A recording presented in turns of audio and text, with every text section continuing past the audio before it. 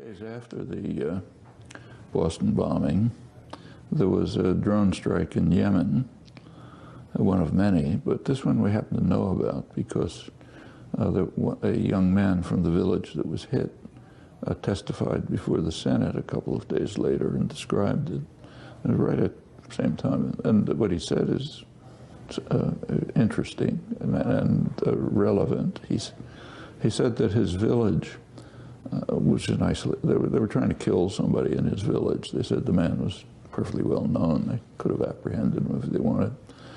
He was a drone strike is a terror weapon. We don't talk about it that way, but it is. Just imagine if you're walking down the street and you don't know whether in 5 minutes there's going to be an explosion across the street and from some place way up in the sky that you can't see, and somebody will be killed, and whoever else is around will be killed, and maybe you'll be injured if you're there.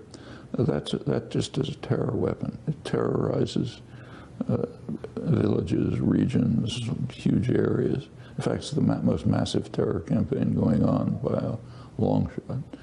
And what happened in the village is that, according to the testimony, Senate testimony, that he said that the jihadis had been trying for years to turn the villagers against the Americans and had not succeeded. He said in one drone strike, they turned the entire village against the Americans. That's maybe a couple hundred new people who we'll call terrorists if they take revenge. It's a terror-generating machine. It's a terrorist operation and a terrorist-generating machine. So it goes on and on. That's not just the drone strikes, also the special forces and so on. Well, that was right at the time of the Boston Marathon, and it's just one of innumerable cases. And it is more than that. The man who was targeted for whatever reason they had to target him. That's just, first of all, that's just murder. There are principles going back 800 years to Magna Carta holding that people cannot be punished by the state without being sentenced by a speedy trial of peers. That's only 800 years old.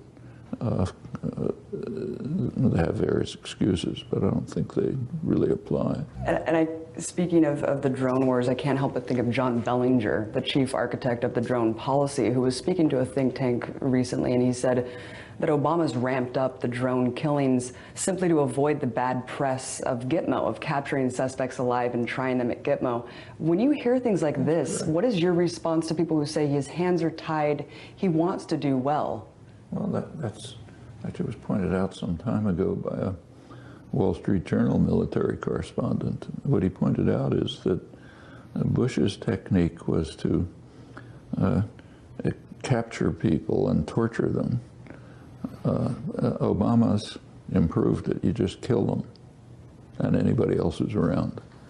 It's not that his hands are tied. That's a much more, it's bad enough to capture them and torture them, but just murder on executive whim.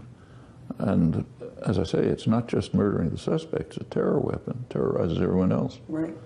So it's not that anyone's hands are tied, that's what he wants to do. I'd rather be detained indefinitely than be blown up as well as my family and friends around me. Yeah, and that terrorizes everyone else. And there are recent polls which show that of Arab public opinion, the results are kind of interesting. The Arabs don't particularly like Iran, but they don't regard it as a threat. It's ranked very low. They do see threats in Egypt and Iraq and Yemen. The United States is the major threat. The policy of murdering people instead of capturing them and torturing them can be presented to the public in a way that makes it look clean. It's presented, and I think most people see it this way, as a kind of a surgical strike which goes after people who are planning to do us harm. And this is a very frightened country, terrified country, has been for a long time. So if anybody's going to do us harm, it's fine for us to kill them.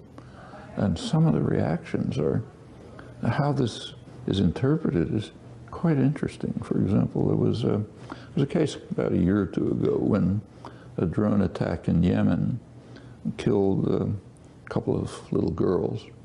And there was a discussion, but with a well-known liberal columnist, Joe Klein, I think he writes for Time.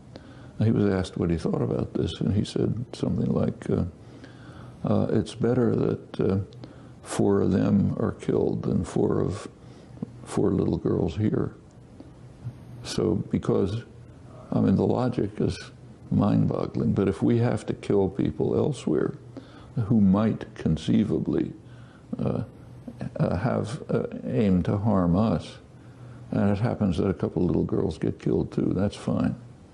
We're entitled to do that. I mean, suppose any country was doing that to us, or to anyone we regard as a human. It's incredible.